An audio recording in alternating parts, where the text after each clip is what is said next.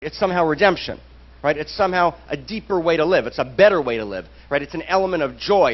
It's part of something which is very powerful, right? We're seeking the Grail. We're seeking the Holy Grail. The initial image of seeking the Holy Grail is the search for the Ark of the Covenant.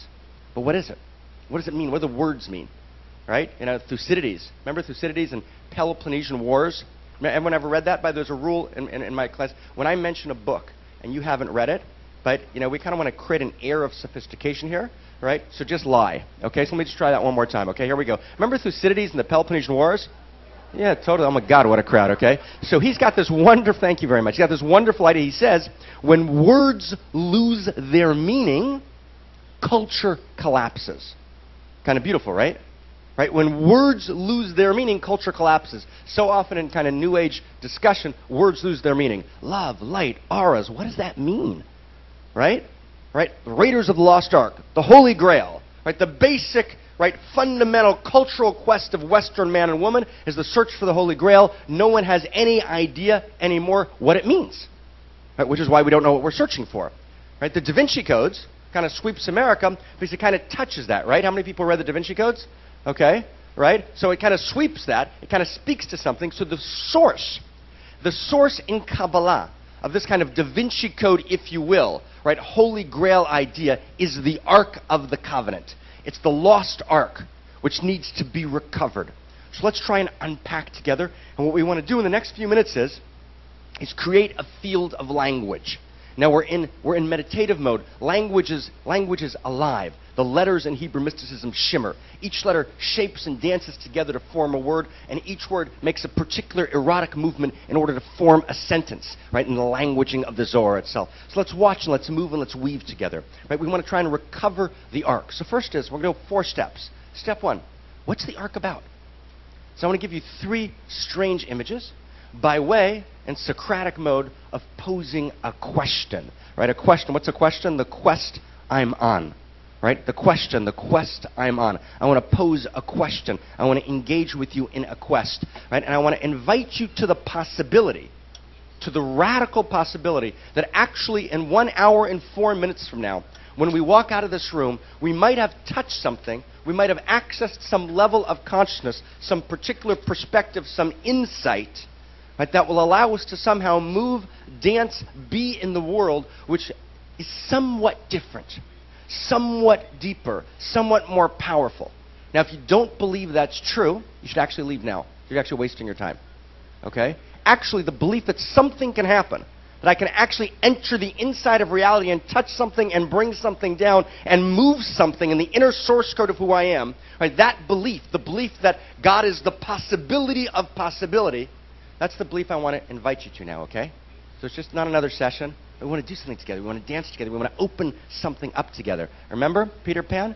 I do believe in fairies. I do.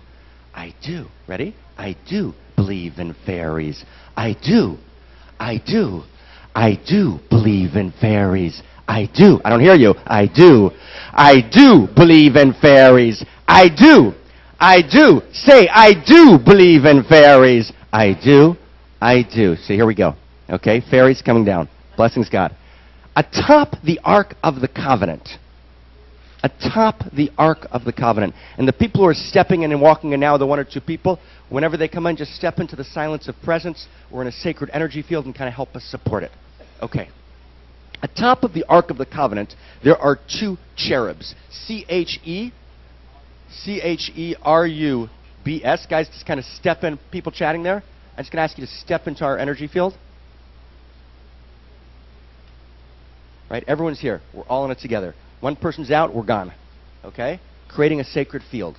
So the cherubs in the image of the Zohar are actually not as angelic as you might have first thought. According to the Zohar, and there's a great tradition based on manifold texts, the Shnei Kruvim, the 2 cherubs are Me'urim Zeh B'Zeh. Me'urim, er in Ivrit, milashon erva, means they're sexually intertwined. That is to say, atop the Ark of the Covenant, you have, right, in this case, a heterosexual model, which comes from a couple thousand years ago, a male and female cherub, locked in sexual embrace, And the text reads, "V'no'adti lecha mi bein shnei hakruvim." God speaks in that space between the sexually intertwined cherubs. All of a sudden, the ark takes on some other cast. Right? What exactly is that ark about? Right? Why are we searching for that lost ark other than kind of the male visual drive, right? Another image. But what are we looking for? That's the ark. The ark which is in the Holy of Holies of the temple. It's in the Sanctum Sanctorum. That ark, can you imagine if in your local church, meditation center, synagogue, right, mosque, right, the religious leader came in while the board was on vacation, right, and redecorated. Okay? Now I have to tell you that in the temple in Jerusalem, not only was there a pair of cherubs above the ark and the Holy of Holies, there were two freestanding cherubs in Solomon's temple, and the walls of the entire temple were covered with different forms of imagery of these two sexually intertwined cherubs. Kind of makes going to shul a little more interesting. Okay? Right? So what does that mean? I mean, clearly, right, the temple's not supposed to be the Playboy Mansion. Okay, so there's something happening here, right? It's not just some affirmation that sexuality is positive. Right? That's a kind of pallid, right, and superficial, right, play with this, right? And the opposite of the holy is the superficial. Okay, the opposite of the holy, right, is the superficial, right? Divinity derives from depth. So number two, I'll give you a second image. I'm just going to give you two texts. That's it, just to get a sense of the problematics here. Right? What is this temple? What's the Grail quest? What is the Da Vinci Codes? What is the lost ark that we're seeking? And I want to also invite you to engage in delayed gratification. Right? Because generally, right, when we study Kabbalah, we refuse to say anything until about halfway through. Because there's this kind of need. Tell me something now. Entertain me now. So the Kabbalist says, no. Step inside. Go for a walk with me. Let's trust each other. Let's create sacred space. It'll come down gorgeously. But just breathe. Delay gratification. Okay? We'll get there. Let's frame it. Okay? Let's create a sacred frame. Step two. I want to read you step two, image two, creating the problematic, trying to understand the nature of this lost ark that we're raiding. Step two. In the Talmud, the following legal case is discussed. Okay? And whenever I teach Talmud, I always teach like a little bit of Jewish yoga, because you need some Jewish yoga actually in order to study Talmud. That's important to know.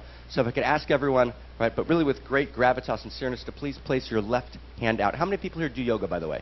Who do yoga? So this is going to be very helpful to what I'm about to show you, okay? If you could please place your left hand out.